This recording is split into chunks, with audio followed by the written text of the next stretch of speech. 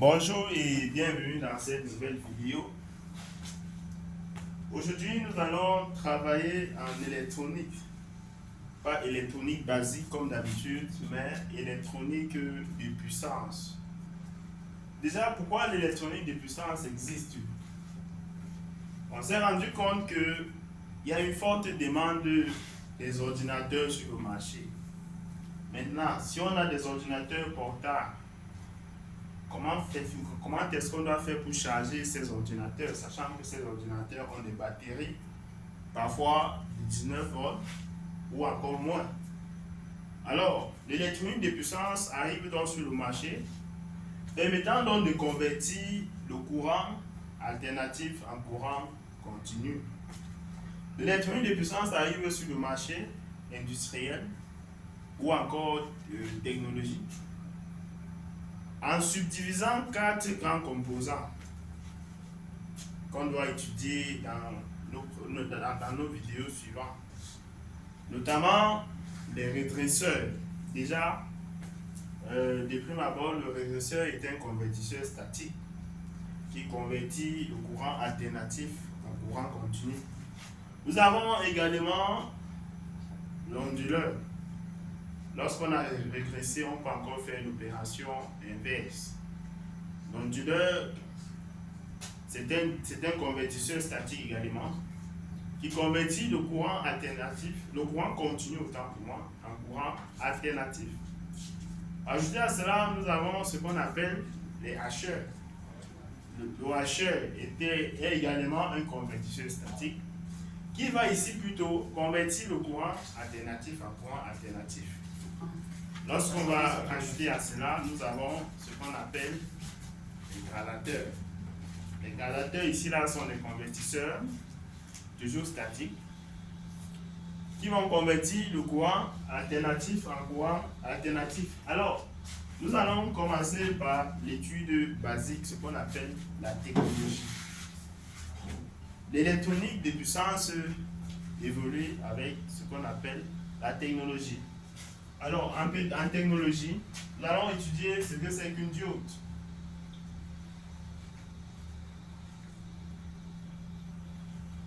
La diode, déjà, c'est quoi une diode? La diode est un semi-conducteur qui laisse passer le courant dans un seul sens. Déjà, je vais symboliser à quoi ressemble une diode.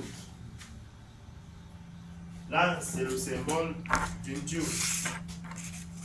La diode, comme on l'a si bien dit, est un semi-conducteur qui laisse passer le courant dans un seul sens. Alors, regardez, nous avons pour une diode ce qu'on appelle l'anode et la cathode. Maintenant, sachant que la diode est aussi une charge, on doit avoir forcément une tension à ses bords.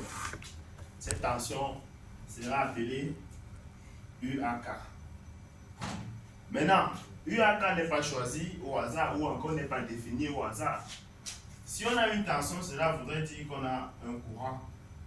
Le phénomène de tension-courant, ces deux éléments marchent ensemble, d'autant plus en électronique. Maintenant donc, si on a une tension UAK qui est égale à VA moins VK. VA ici, c'est la tension qui est disponible à l'anode. VK, c'est la tension qui est disponible à la cathode. C'est tout ceci qui va nous donner la tension disponible au bord d'une diode. Maintenant, la diode a plusieurs états de fonctionnement. On va prendre la diode à l'état dynamique.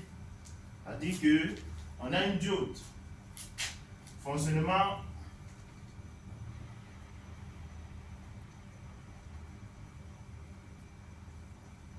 dynamique.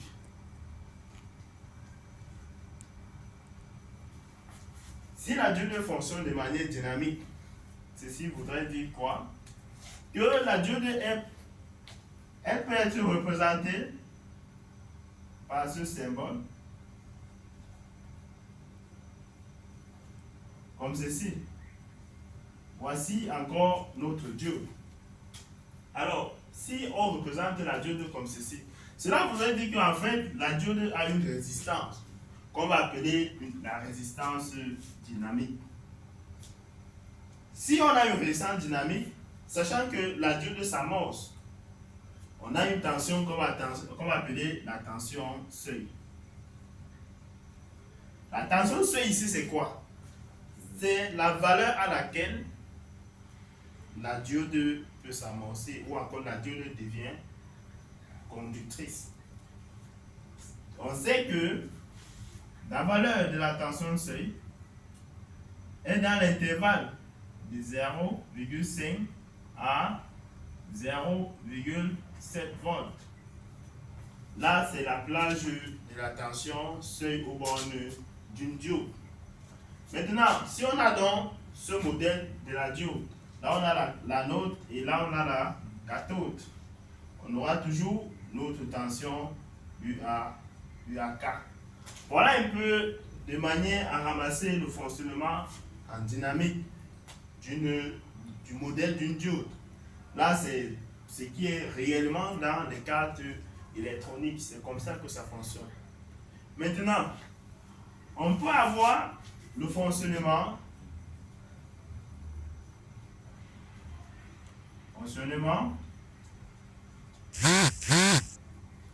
réel ou encore pas de talent réel ou encore parfait.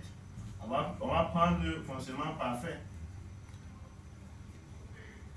Parce que je tiens à rappeler ici que si on ne précise pas que la diode elle est parfaite, on ne pourra pas facilement étudier le fonctionnement de cette diode.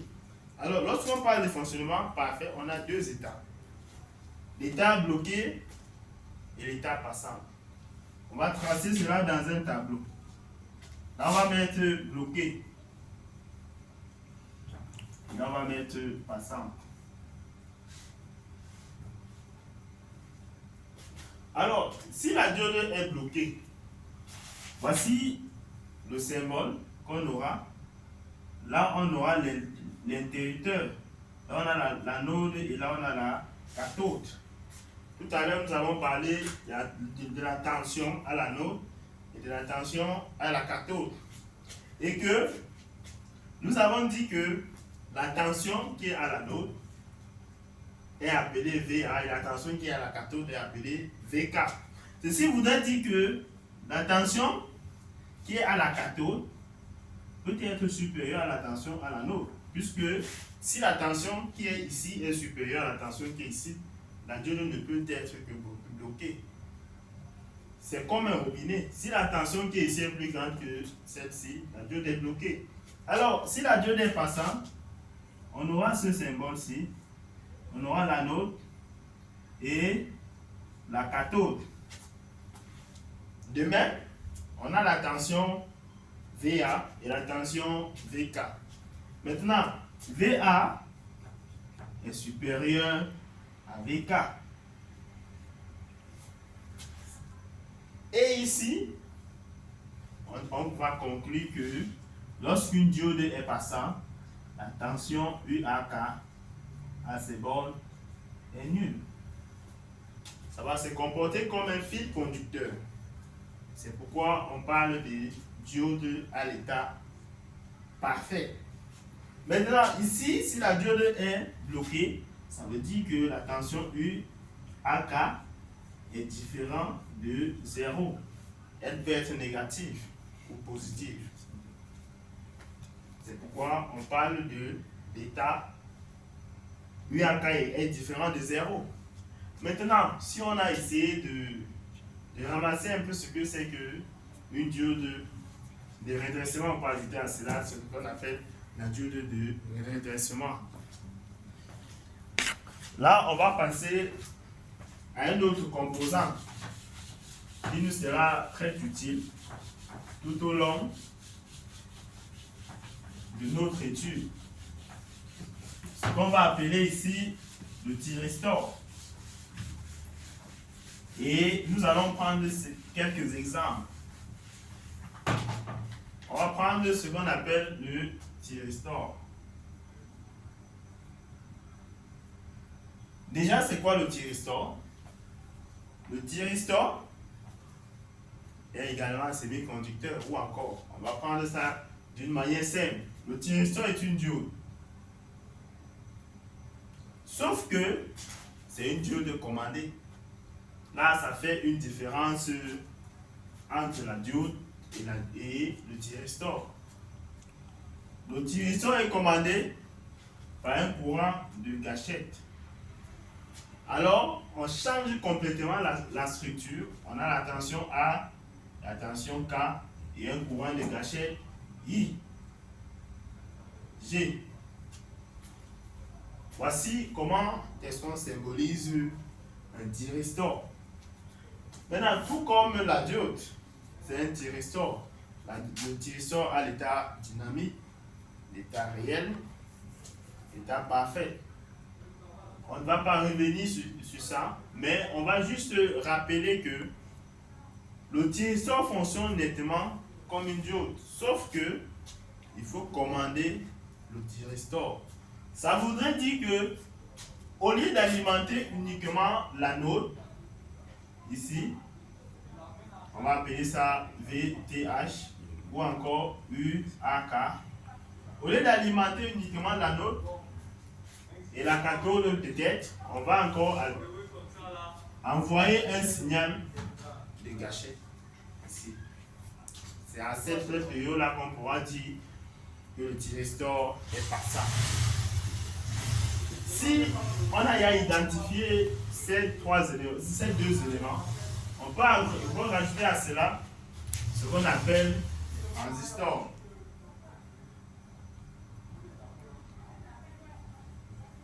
Déjà, c'est quoi un transistor?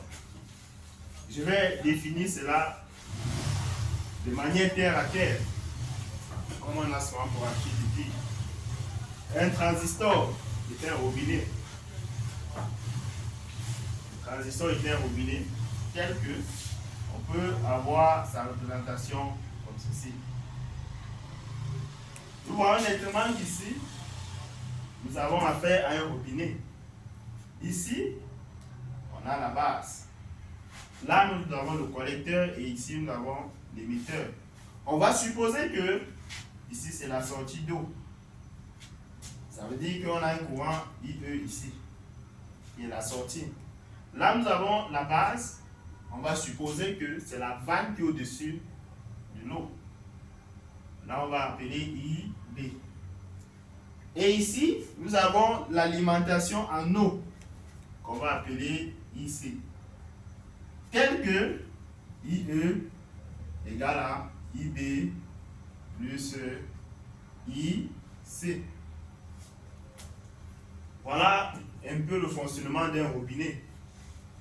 Si on se permet de symboliser ça comme un robinet, cela voudrait dire que on peut retourner ceci. Voici l'eau qui entre, mais ça ne peut pas encore sortir parce que ce n'est pas encore ouvert ici. On ouvre donc ici, comme c'est une vanne, et l'eau commence à sortir.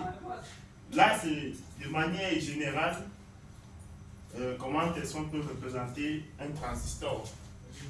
Là, voilà encore d'une manière théorique la technologie dans les convertisseurs statiques. Nous allons passer tout notre temps à étudier ces trois éléments. Ces trois éléments seront très utiles durant notre étude.